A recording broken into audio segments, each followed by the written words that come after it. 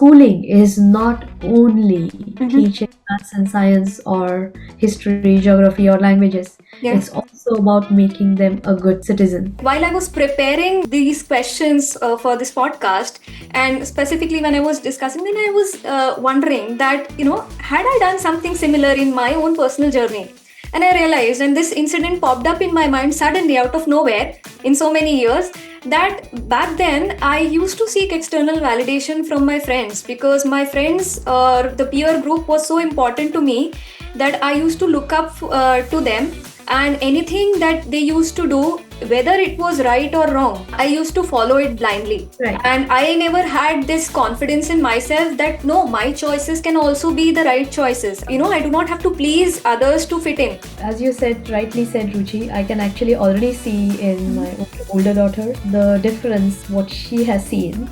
Wow. She carries small breakfast bars in her bag. She's studying in Paris, so she carries the small breakfast bars in her bag. Whenever she sees a baker, she does not give the money, but she gives those breakfast bars. So these are the things which children learn, so they understand the importance of giving. I think that influence comes to me from my mother. I'm trying to just pass it on to my daughters and I strongly feel that whatever we have, we should give it to the community. So you see, listeners, what happens when you are here in Luxembourg and when you start communicating with the right people to gain knowledge, that's more important, and that's what we are trying to do with this podcast as well.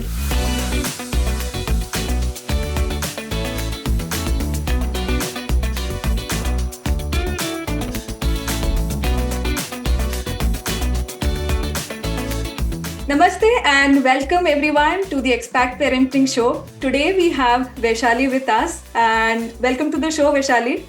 Thank you, Ruchi. Okay, so Vaishali, I'll quickly want to jump through the questions and discuss more with you. Beginning with, can you share a little bit about your journey and give an introduction about yourself, who you are, where are you coming from, so that it helps builds context for our audience, and from there we can take forward the discussion onwards. I'm from India, from Mumbai. So I moved to UK a few years, quite a few years back. I lost count of it, sorry. It's okay. But I was working in Castrol then Mhm. as research and development, and then I fell pregnant with my first daughter. Then realized research and development I can't do. I can't work on that. Yeah. And one of my colleagues suggested, why don't you go as a science teacher in my daughter's school if you're going to take 2 years break? Mhm. So I said, okay, because I had done, when I was doing my master's, I did some teaching. So I said, okay, why not? And And you had an engineering background. I had master's in chemistry. So Oh, I'm a wow. chemist by profession. Okay. So I said, okay, fine, I will do that. And I went to the school. The school immediately welcomed me and said, oh, well, we don't mind. We can we can sponsor your teaching degree. Mhm. So that's not a problem. You just have to say yes. Because in Okay. UK, they really lack science and maths teachers. So that's how my journey as a teacher started. Wow. And then in 2 years, we moved to Belgium. Mhm. So I took a job in an international school. Okay. I worked there for 8 years. And then we Wow. moved to Luxembourg. So now I'm in Luxembourg since then. So working as a Since the teacher. last 7-8 years, as long as I can remember, you've been here. Yeah, I've been here in Luxembourg for 10 years now. Yeah, I was saying 7-8 years because that's the time I've been here. So I've seen you since I've arrived here. So that Yeah. We moved in 2013. awesome, awesome. And so you eventually continued teaching as a profession even in Luxembourg. Yep, absolutely. I actually was working with European School before. Mhm. And then from European School, now I work in Lycée Michel Lucius, which is like an international school, but it's Mhm. public international school. So it's not really, means they follow the international curriculum, but it's still a public school. So students do not pay anything to go to the school. Okay. Okay, fantastic. I think that's one of the advantages of expats who have moved here and who are raising families here in Luxembourg, because the education is like absolutely free. We can say like nominal. It's like the parents have to incur a nominal cost on an annual level when it comes to education, and it's quality education. Absolutely, absolutely. In fact, the school, the Ministry of Education believes in education in different languages. So they Yeah. don't even do it. They have a lot of multilingual schools. Mm-hmm. So like our school is more English oriented, but there are a lot of European schools which are English French, English German, or German French. So they encourage linguistic diversity, which is really, really important. Yeah. Like being such a tiny country, they are able to manage it. Absolutely. That's the beauty, I think, of education in Luxembourg. And that was the first time I realized that, having exposure to multiple languages is so important. Like, you live in a multicultural environment these days. The job culture is again multicultural. You're exposed to people of different nationality. You're working cross country with your colleagues who are sitting remotely in some other geography, and having an exposure towards languages helps eases your life so much in the years to follow. Absolutely. I actually encourage my students as well. Most of the students are like, oh, no, I don't want to do the language. No, because in Luxembourgish school systems, you can't get rid of languages like how it would be, for example, in St. George's Yeah. or ISL. So in ISL and St. George's, they don't have to do any other language. But Yeah. in local schools, any local school you go, Mhm. language is the key. They have to do the core languages till the age of 16. Yeah. Yeah. And Yeah. then they And have an option. yeah, I think it also opens up because Luxembourg is a part of Schengen country, it's part of the EU. It also opens avenues for kids when they grow up and start pursuing for career opportunities outside, like outside of Luxembourg, imagining they have the option to at least work in different countries if they have exposure to that language.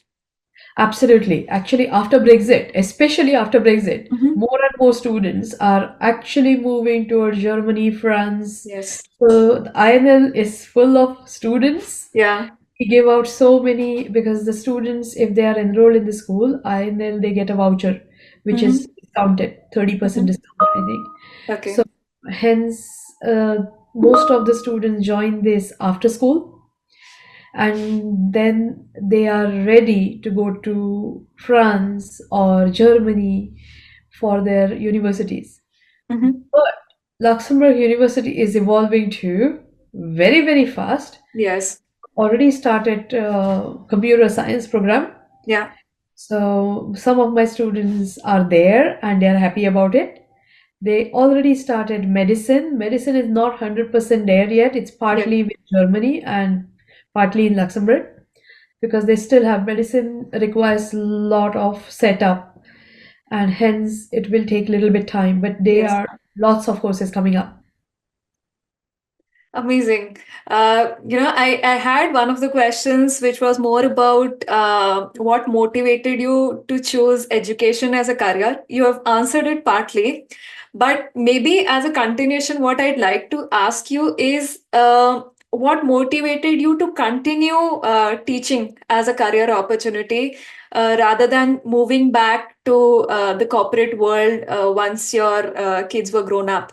Actually, you're absolutely right. I've opted this option for kids, but then I realized because right from the beginning, when I was continuing with my master's, Yes. I used to teach in what you call in India, junior school is IB program or Okay. baccalaureate program. So Okay. I used to teach in junior schools for pre-medical and pre-engineering entrance exams. Okay. So in those days, I think it was PMT and PET Yeah. in India. And that was like quite successful. Yeah. So because I of course in during the day Yeah. I had my master's courses and then in the evening these PMT courses used to be in the evening. Yeah. So the school hired me to, or junior college hired me to give those courses. So I knew I can teach because I got really positive response. Mm-hmm. And when I said, when I moved to teaching in UK, I started liking it. It's good to interact with the students, to read their mind. It's quite interesting. Mm-hmm. Then I, like in Michel Lucius, I teach maths and chemistry both. So in school in Belgium, I used to teach maths, physics, and chemistry. Wow. So that actually encourages, and chemistry and physics never let you get bored because you have the Yes. practicals, you have the research going on, you can interact with the students. There are lots of things, and then I started liking it, and that worked quite well. So Yeah. it's a wrong perception that teaching field is stagnant, but it's not.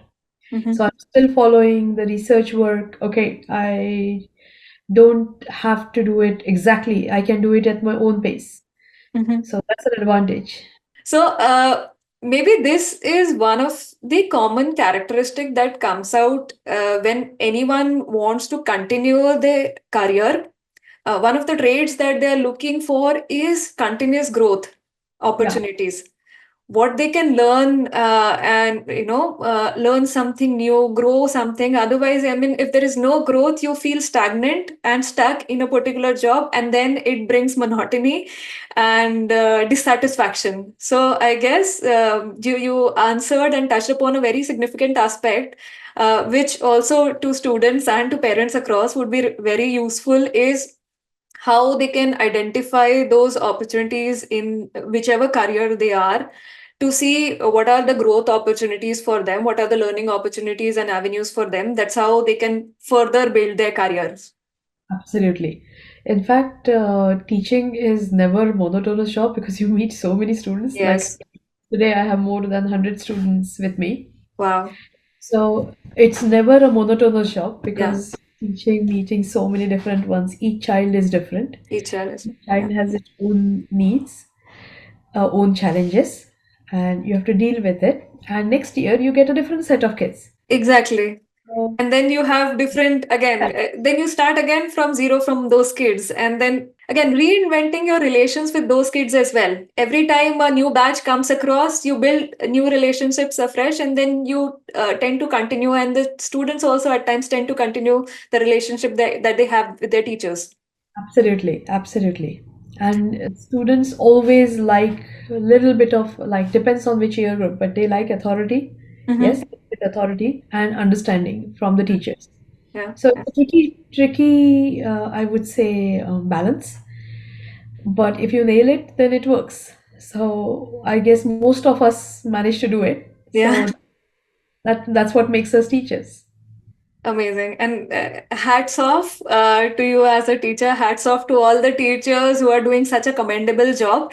Because as parents, like those who have one, two, three, four, I don't know how many kids, but at parents, we have exposure to a limited number of kids at least, which is in our control.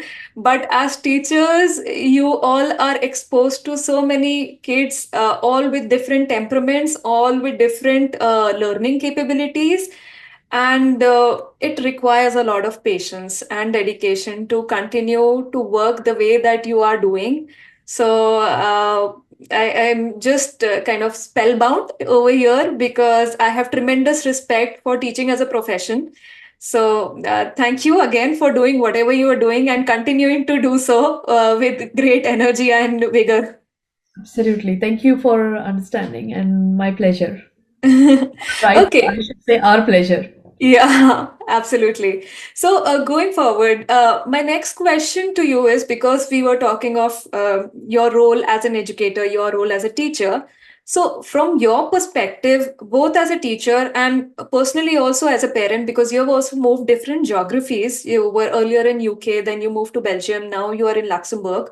What factors would you suggest to an expat parent to prioritize when selecting an educational board or an educational curriculum for the children? In Luxembourg, it's much more easier to choose, Mm-hmm. whereas UK, it was my children were really small, so Mm-hmm. they were not born. The older one was They just didn't have to go to school at that time. yeah. So there was no schooling, but in UK as well, public schools, what I have heard at the school where I was teaching when I started teaching Yeah. is closed down. Because when I moved to Luxembourg, they asked me, "Can you give me the reference from there?" And I Mm-hmm. tried to contact them and Mm-hmm. realized they have closed down. Ah, okay. So in UK, the education system is slightly different, but that's an English-speaking country, Yeah. so it's a big problem. In Belgium, Mm-hmm. my older daughter used to go to French international school, which is called a Lycée Français. Okay. Lycée Français has branches all over the world. So she Okay. started there, so that worked quite well for her because she is fluent in Mm-hmm. English, Mm-hmm. native speaker English and native speaker in French, so she can communicate both languages freely. Yeah. Yeah. So that's an added advantage to her. Mm-hmm. So I would suggest if your child can manage the languages, because Mm-hmm. at in primary the children pick up the languages so easily compared to Yes. adults. So let the children explore the languages. Don't stop them from using or making mistakes even in the languages. Right. You don't have to be completely stubborn. Or they have to speak it correctly. But they have Yeah. to speak. They have to put an effort. So I think that's what is the fun part about it. When in Mm-hmm. Luxembourg, it's much more easier because local Luxembourgish schools, they do in primary, they learn German, Yes. and in secondary, partly is in French, partly is in German. Yeah. We can probably, we will never stop talking about it if I talk about Luxembourgish school system. That's quite long. I'll go back to international school system. So Yes. in international school system in Luxembourg, you have two options. No, Mm-hmm. three options rather. Okay. International A levels, Mm-hmm. which are given by Michel Lucius Okay. and St. George's. Mm-hmm. St. George's is a private school, Michel Lucius is a public school. Mm-hmm. Then IB, International Baccalaureate, Mm-hmm. which is offered by Athene de Luxembourg, which is local school, and International School of Luxembourg, ISL, Mm-hmm. which is a private school. Okay. Then you have around six uh, European schools, Mm-hmm. apart from the two original European schools. The two European schools in Mamre and Kirchberg Yeah. these are actually for people who are working in commission. They come for 3 years deputation. That means their children need place in their own language. So all the EU countries, they have the language section in there. Okay. For example, French students will go to French section, Mm-hmm. Germans will go to German section, Dutch students will go to Dutch section, Okay. Spanish will go to Spanish section. So the concept was that they are not, they are away from their country, but the children are not deprived of the education back in their country. Mm-hmm. So these two schools, but in Luxembourg, they have Luxembourg government funds that as well. Yeah. So it's not very difficult to get places in those schools either. Yeah. But then, apart from that, there are six local European schools. These are called as accredited European schools. Mm-hmm. The concept of accreditation means that they follow European baccalaureate syllabus. Yeah. So they have taken the permission from a European Commission or European Baccalaureate, which is in Brussels. That's Mm-hmm. the head center for them. Uh, so they can use the European Baccalaureate, their curriculum, their ways to do it, and final degree what they can get is European Baccalaureate. Okay.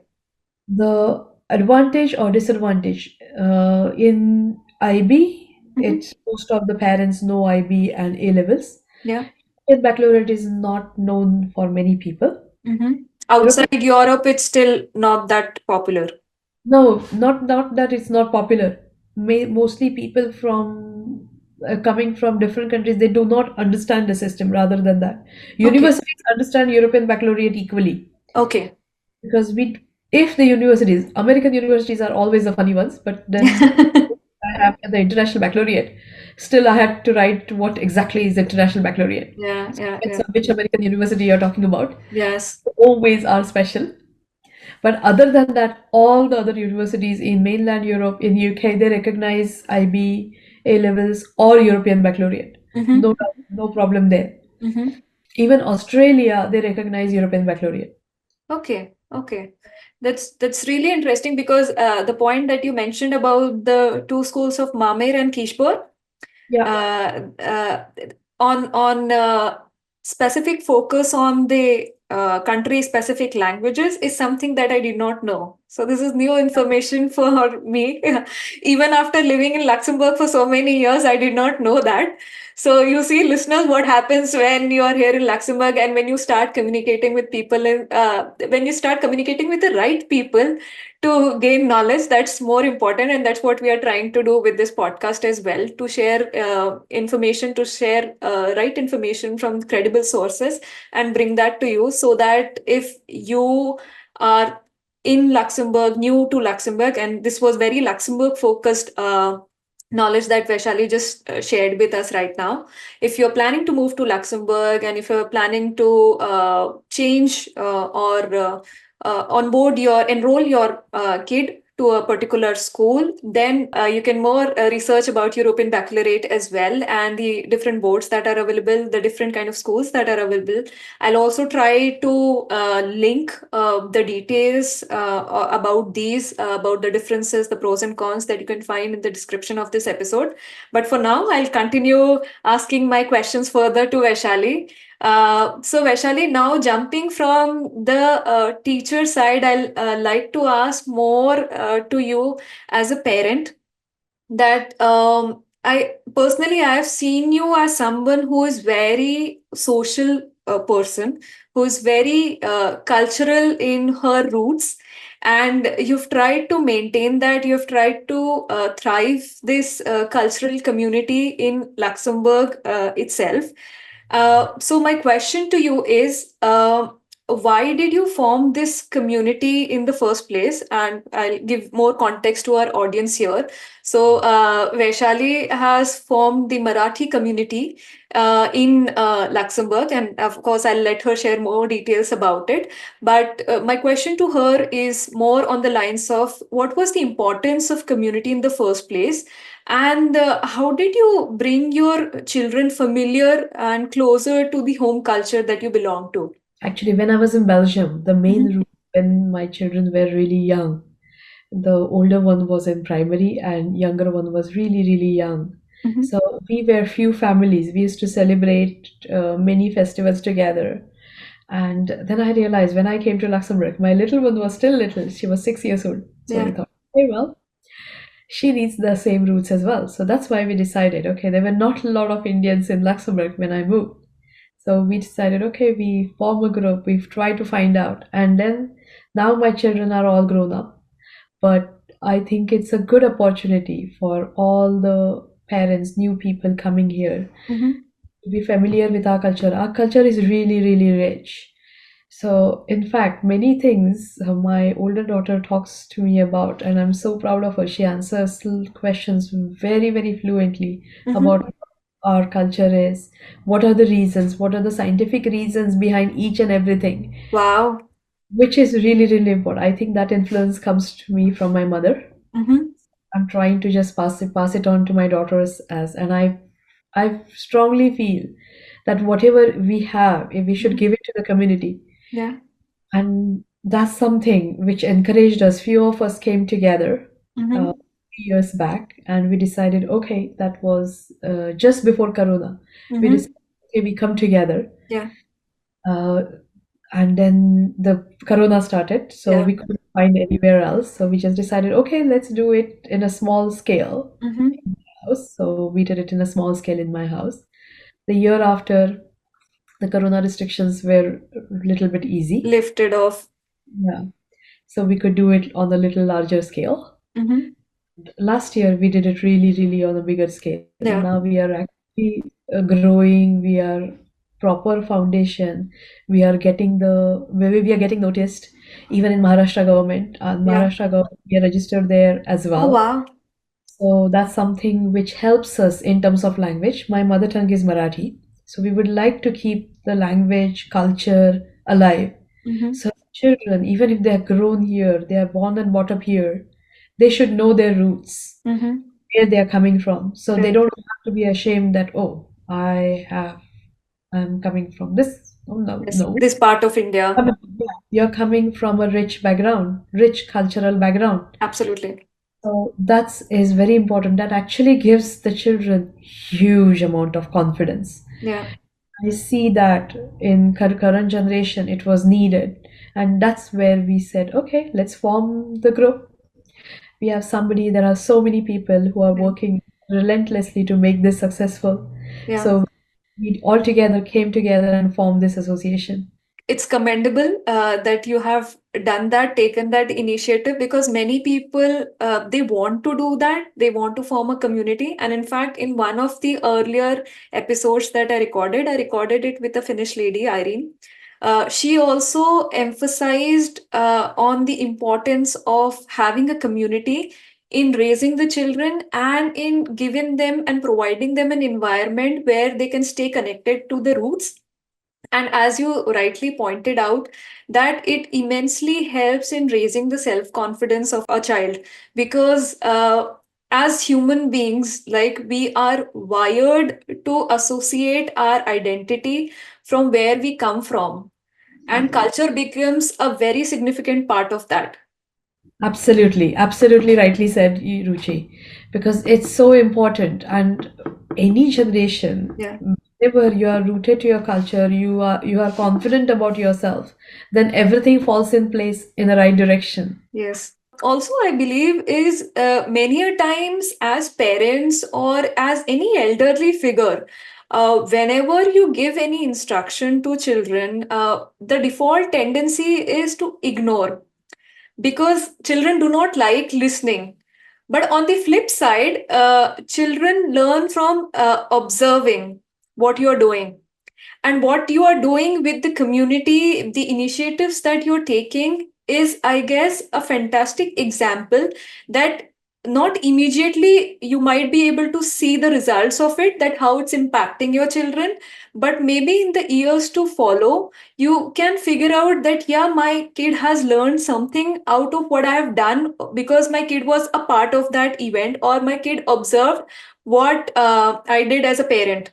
So I think we should all take part in such initiatives in whatever capacity we can. Not necessarily all of us have to be organizers, because it's practically impossible. And as again, it's one of the challenges that not everyone is that outgoing, not everyone is that pro in networking.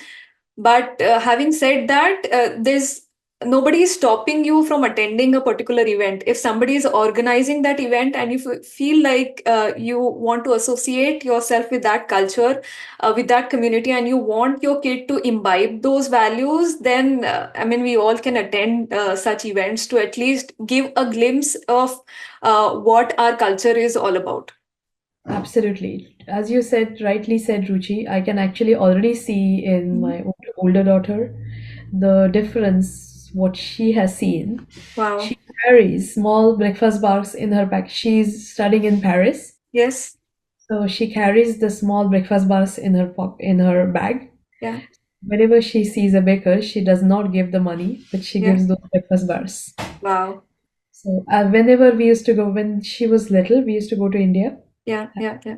I always took her, and we gave the Parle-G, Yes. Yes. which were like you used to get 5 rupees packets, small, small Yes. packets, and Yeah. you Yeah. can eat them. So these are the things which children learn. So they understand the importance of giving. Yeah.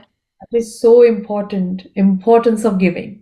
Absolutely. And Absolutely. you can't, And to sorry, go ahead. You were saying something. sorry, that you can't teach. That has to be Absolutely. The actions. importance of giving is something that we cannot teach. It can only be, I think, shared by example.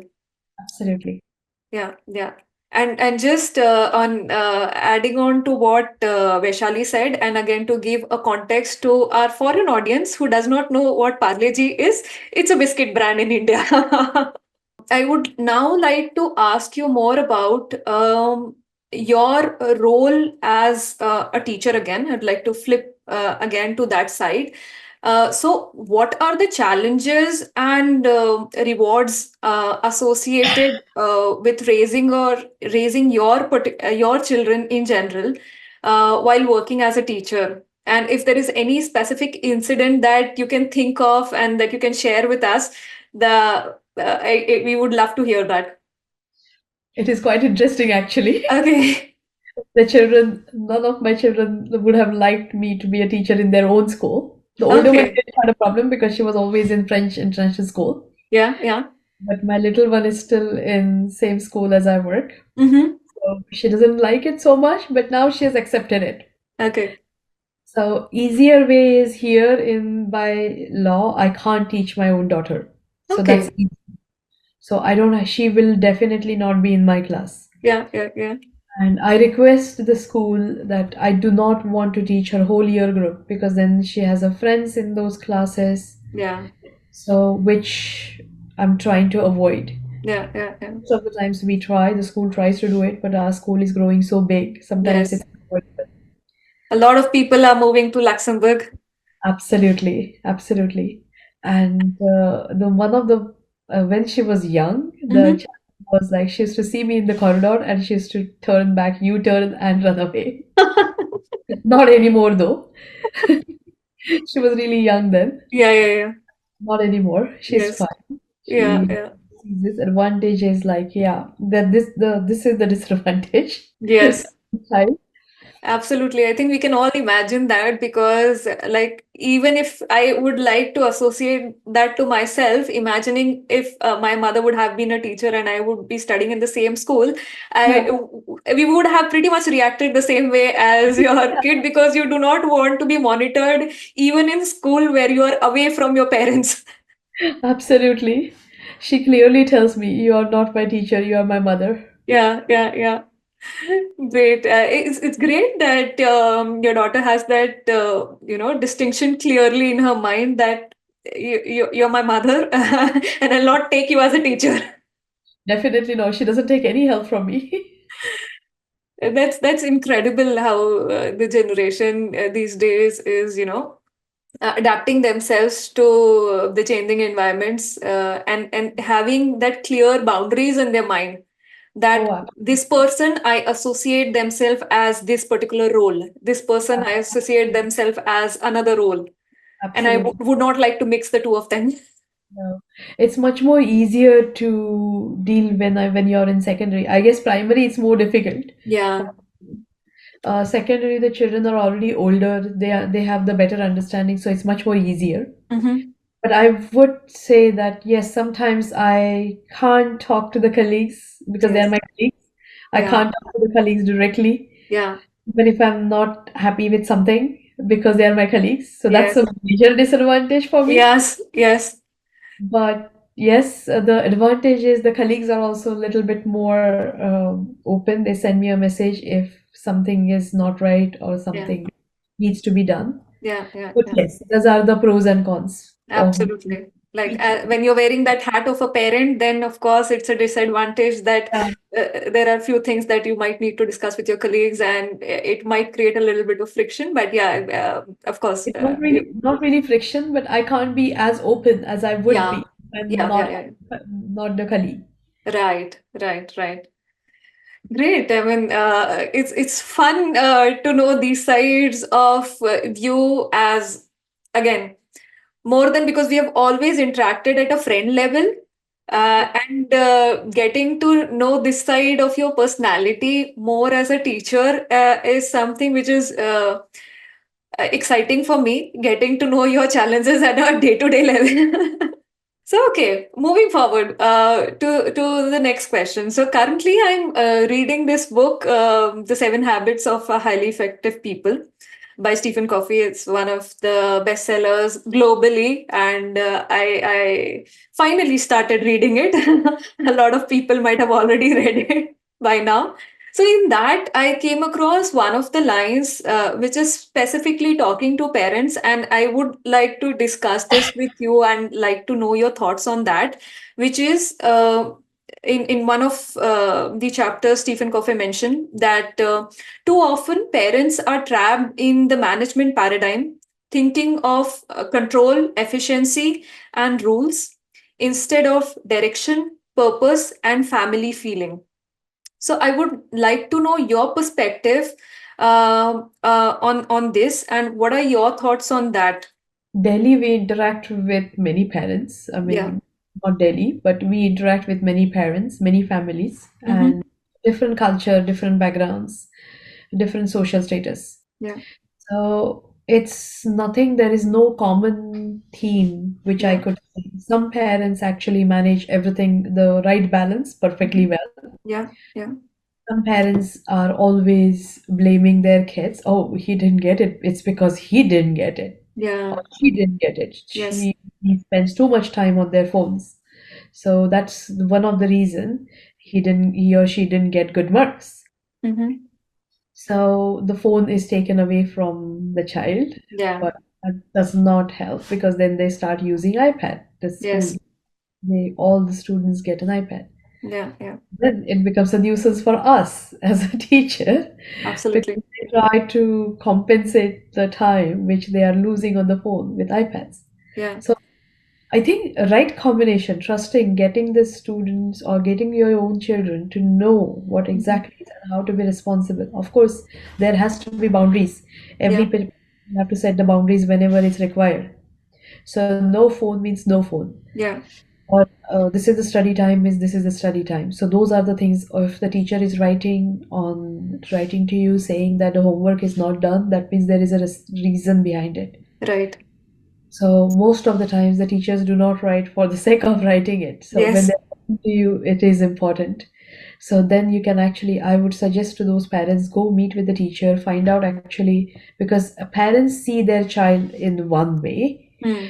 Teachers have a different way of looking at each child. Absolutely. Because for a teacher, they are like other 25 students in the class. So Yes, they are not partial to them, or the teachers will look at them as a student. So that yes, makes a lot of difference. And that's, I think, is more important for parents to see the dialogue between parent and teacher. right. Very important. Yeah. Sometimes we see the parents are too protective for their children. Mm-hmm. So, in the sense, oh, they didn't do the homework because she had to socialize or she had to do something. Yeah. So, do the homework, or she didn't come to school because I'm used to coming late. So, my husband is used to coming late, so she Mm. got into that habit. So, as rightfully said, you earlier said the children follow their parents. That's Absolutely. it. And I think the discipline is important at home as well as in school. Right. So I think right balance works well for both. And Mm-hmm. most of the parents in international school systems are able to follow that. And then that as a teacher, as an Mm-hmm. educator, Mm-hmm. we are there to help all the parents, any questions needed, how to do it. We even make sometimes the students study plan. So study plan involves how they should be working, what they should be working, and because as an educator you know which subjects they are weak at. Right. Actually, you can use that in the study plan.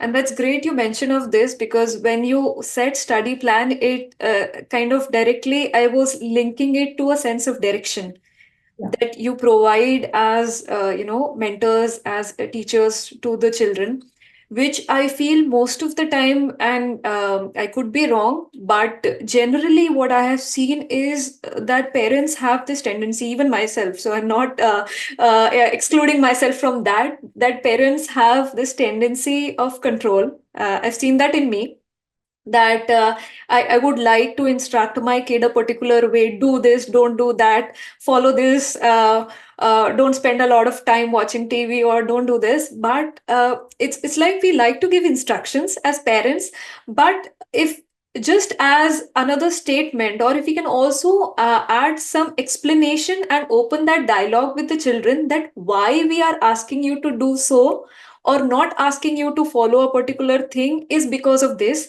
could actually also help a little bit more in letting the child learn from themselves, that absolutely. what is the right thing for them to do. I mean, of course, like as children, we also made mistakes when our parents used to say to us, we did not like them instructing us, but we still used to do the same thing that they said no to us for. And then we eventually learned that, okay, this is why our parents are saying no. But it's just always good to have this conversation in the beginning itself, that okay, this is why we are saying no. Okay, you may try, if it works, good for you. If it doesn't, then it's a lesson for you not to repeat the same mistake again. Very, very truly, very true, and rightfully said. My next question to you, Vaishali, is that being a teacher, you oversee so many children. So, what is your observation on the feeling of security and guidance among children? Luxembourg, if we are restricting it to Luxembourg Mhm. is quite secure countries, quite Yeah. small countries, so we don't have to worry so much about security. Mhm. If you depends on the age group, of course, younger children need guidance. Right. They need to be under the age of 12. By law, the children are not allowed to travel by themselves. Yeah. So, but there are school buses, they can take the school buses on their own. Right. Whereas when they are older, they also have something called as tutorate sessions where they are taught about community, they are taught about working together. So schooling is not only Mm-hmm. teaching maths and science or history, geography, or languages. Yeah. It's also about making them a good citizen Right. or a good person. So these tutor sessions are targeted towards that. Mm-hmm. So there is also a help in school where they can always go talk to them if they are feeling not right or they are feeling depressed, they are Right. stressed. They have a separate place where they can go. They can talk to the psychologist. Mm-hmm. Psychologists are available there all the time during the school times. They And can every school in Luxembourg has that? Every school in Luxembourg has that, and that's by default. They have to have that. I'm not 100% sure about how the St. George's and ISL work, Sure. but all the other schools definitely yes, including the two European schools. Right, right. So, when I was talking about the feeling of security, my point of view or my perspective was more coming from the aspect of in this age, let's say because you're teaching high school. So, during teenage, uh, I personally had this tendency of, like following what my friends are following, or I used to look up to my friends for, or I used to seek my friends validation for something. So I was very low on self confidence and self worth. So for me, like I'll give you an example and maybe then you can share more of your observation if something of this you still see in this children that you're teaching is when I was studying back, I think it was somewhere, I must have been 12, 13 years of age. And in order to fit in to, a group of friends, that at that point in time, every school that has that group, which is like, you want to be a part of that, because that's the famous group of the entire school. So I also wanted to aspire to be a part of that group. And in one of the instances when we were interacting with my friends at that point in time, I never used to watch so much of Hollywood, or I never used to follow so much of international celebrities. So I barely knew the names of them. So and in one of the conversations, they started discussing, "Oh, who is your favorite international celebrity?" And my friends answered this, that. And then for me, when it came to me, and I'm like, I do not know any international celebrity. I just know the Indian celebrities. What should I say? If I say an Indian celebrity, they'll think, that, oh, Ruchi does not know, and who. And I was like, okay, let me.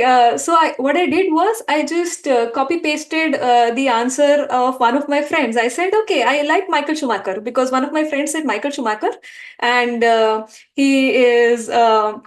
Racer, an international racer. So I was like, okay, let me share his name, and then my turn would be over. I will not have to say anything. So then I did that, and later on, like while I was preparing these questions for this podcast, and specifically when I was discussing, then I was wondering that, had I done something similar in my own personal journey? And I realized, and this incident popped up in my mind suddenly out of nowhere in so many years, that back then I used to seek external validation from my friends, because my friends or the peer group was so important to me that I used to look up to them, and anything that they used to do, whether it was right or wrong, I used to follow it blindly. Right, And I never had this confidence in myself that no, my choices can also be the right choices. I do not have to please others to fit in to the group. So I felt that I was, really insecure about my own choices, and I had a low self worth. So that's why this question came up, and with this entire context and with my experience, I want to again re-ask this to you. Like, have you observed something in the children of today, a similar behavior? The advantage of Luxembourg is that each child, there are small class sizes, so each child is monitored very closely Right. by school or the Mm-hmm. educators. And when we observe something is not right, Mm-hmm. from the homeroom teacher. And the homeroom teacher, who is a tutor, so they immediately contact a service, which we have different services. Mm-hmm. One takes care of these, just talking to children about all these. These are called as educators, and the other one Okay. is psychological services. Okay. Educators are basically helping them out these small problems. So Okay. there's a fight. For example, the boys ended up fighting, Yeah. and somebody punched somebody. Mm-hmm. So that's not an acceptable behavior in class. Absolutely. So then those they will come in, they will explain both the parties together, sit down together. So similar way when the children try to do this bullying Mm-hmm. incidents, for example, Right. these are taken very seriously. And when I was working in European school, I was part of a Kiva program, which is called as anti-bullying program, and we Mm-hmm. are following the same kind of a program in Michel Lucius or all the Luxembourgish schools here. Right. So that's been there are people there to help them throughout. Then there are guides in the sense mentors. Right. Older students are mentors for younger students. In our school, even we have a program wherein older students even teach younger students. Oh wow. So they have the kind of a bonding and which helps them a lot and they like it Right. because they see, oh, that student, that one, he's older than me, oh, he's in higher years, and they Yeah. look up to them. Right. So either way, these kind of things are managed by students, parents, and school together. Mm-hmm. I think that's the best case scenario. There will be some students who will feel they will copy, but then they grow Yeah. Yeah. Yeah. So I according to. guess it's more of, let's say, a phase in everyone's life, irrespective of the generations that we have been. Absolutely, absolutely. Perfect. Okay. Moving forward. So because again we were discussing of your role as a teacher. So with your experience in Luxembourg's multicultural environment, how do you adapt your teaching approach to accommodate children with diverse backgrounds and educational experiences? As such, the children get a lot of support because I've been always teaching in international schools, and Yeah. international schools means they have the students from different backgrounds, Yeah. different cultures, different ways of working, different way of parents thinking, Right. all these kind of things. But we actually try to cater towards student needs.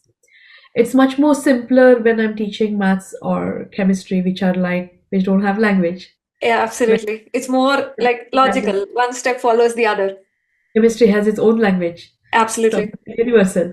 Yes. So these ones are actually less impacted compared to the language teachers. Language Mhm. teachers or history teachers, this is much more impactful because then they have to look at the culture. This is correct, this is not correct, or should we say that? Should we Yeah. not? We have students coming from many students who are coming from Ukraine in our school. Right. They came with absolutely no language. Hmm. So the ministry appointed few people, Yeah. explain them in class because none of us could speak Russian. Right. It was a tough job, so they were supported Yeah. by ministry, Yeah. saying, "Okay, you get an assistant who speaks or who translates whatever I say." It was quite interesting actually because I never had to do that before. Yeah. So that was totally interesting concept. But yes, different cultures do not affect so much. Mm-hmm.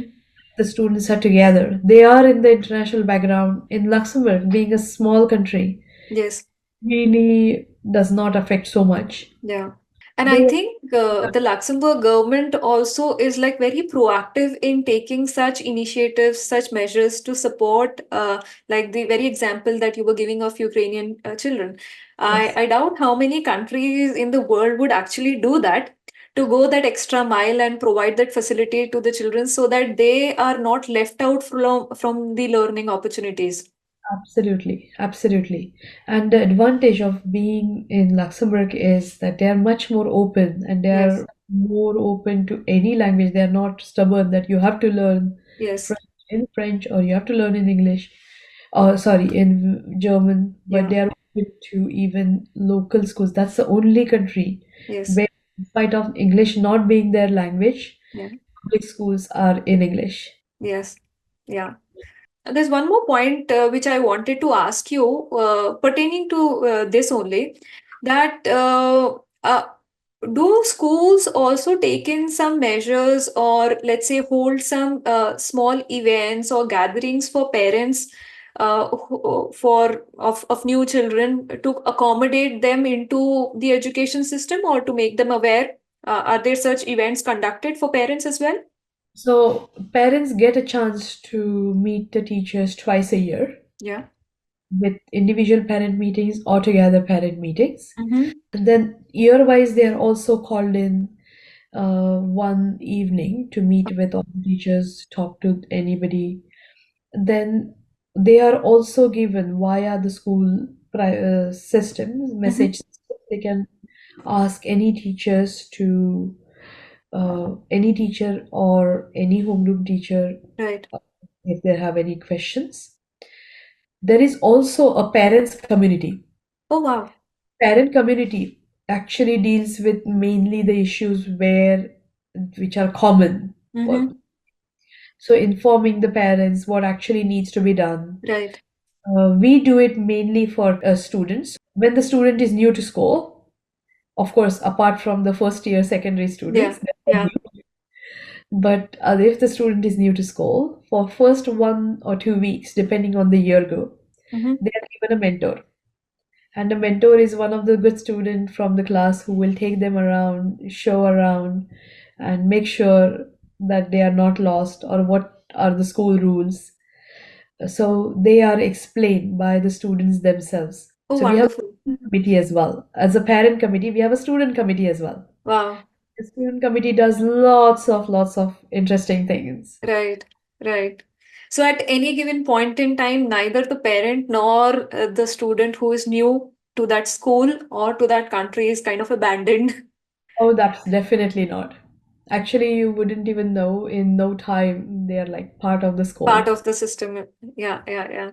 And I think that's the beauty. That's the beauty of Luxembourg, to what I have observed in my limited years of my kid going to school, because he's still very early on in his schooling journey. He's still in primary classes, so a long way to go for him to reach to secondary. But in those 2 3 years of his, or let's say 4 years of his schooling journey so far, I have seen that how the schools at different levels, and how, in fact, the commune also, provides those information to families who are moved newly. How Yeah, can they participate in engaging with the community members and with fellow parents? So, to anyone moving new to Luxembourg, keep a note of it.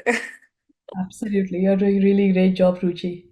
I am just trying to do something for the betterment of the expats in general, and specifically focusing on Luxembourg, because yes, I live here, and this country has welcomed people like me and you with open arms.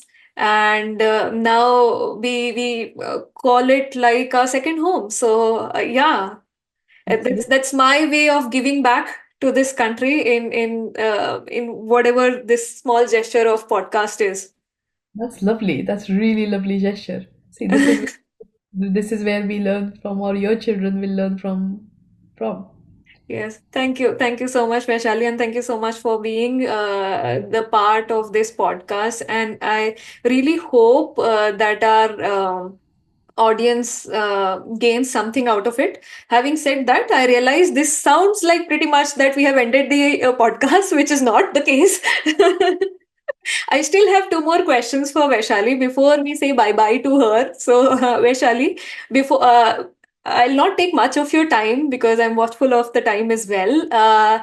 Just quickly, I'd like to ask you is we've talked a lot about the education system from the beginning until now in Luxembourg. So how do you see in the coming years the education system evolving to cater the needs of expat families and providing quality education, specifically in the line of higher education?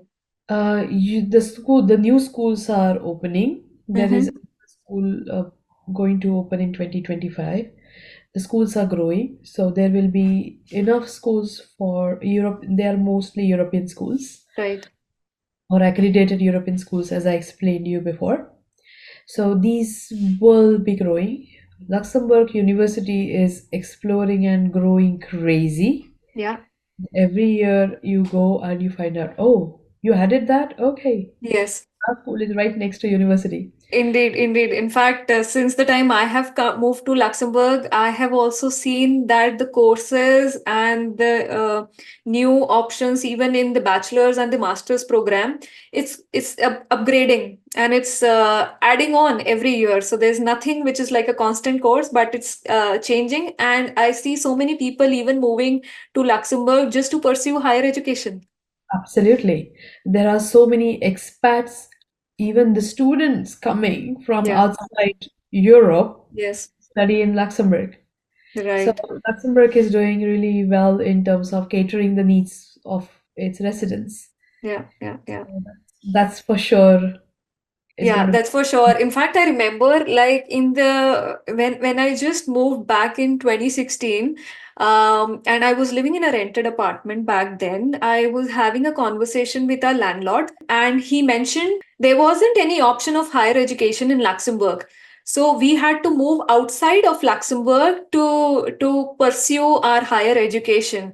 And now Luxembourg does have options of universities, University of Luxembourg being one, and then we have Luxembourg School of Business as well as one of the other options. And we have one more option, I think, the Sacred Hearts. Not too sure, but yeah, we have a couple of options in Luxembourg now, even opening up for higher education.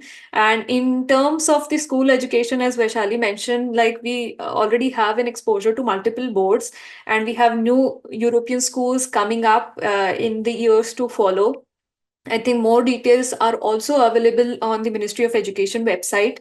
If you want to check more about it, if you're already living in some particular locality or commune, you can check the website to know more details of which school is the closest to your house, and then can plan the journey of your kid for education accordingly. absolutely. Vaishali, I come to the last question of this podcast discussion with you, which is what closing remarks would you have to share with us for expat families who have recently moved to Luxembourg or who are planning to move to Luxembourg? What is it that they can keep in mind from your experience and from the experiences of your friends and colleagues that you can share with us? Luxembourg is a beautiful country, very nice, very welcoming. So I would suggest each and everybody to keep really positive attitude Yeah. and be ready to learn the languages. Languages cannot be the stoppage for the children, neither the adults. The Right. languages are open to everybody. The Yeah. Luxembourg welcomes them with open arms. Yeah. So if you're happy, try, learn the language, and the country will take you with their arms open. Yeah. So I think being positive is the only thing which you can settle happy life in Luxembourg. Absolutely. You couldn't have said this better. So, thank you so much, Vaishali. It was lovely talking to you and getting to know you more on this particular aspect of your personality. Because, as I said earlier, like in the social interactions that we have had so far and in offline when we meet, we never really discuss all those things. So, I really enjoyed this conversation with you, and I hope you found it equally exciting. Absolutely, it's really good job, Ruchi, what you're doing. Excellent, really nice. And it was good, actually. I know you as an interviewer, and that's amazing. That's fantastic. Thanks, Vaishali, once again. Lovely speaking to you. And in future, whenever I have something else in my mind for which I can think that, I would like to pick your brain to that, I would love to invite you again on this podcast to discuss maybe some other aspect of parenting journey. Absolutely. I'll be delighted for sure. Then that means that I did not bore you. So I Absolutely think not. Absolutely no, dear. It was really lovely talking to you. likewise. And take care. Bye. Bye bye.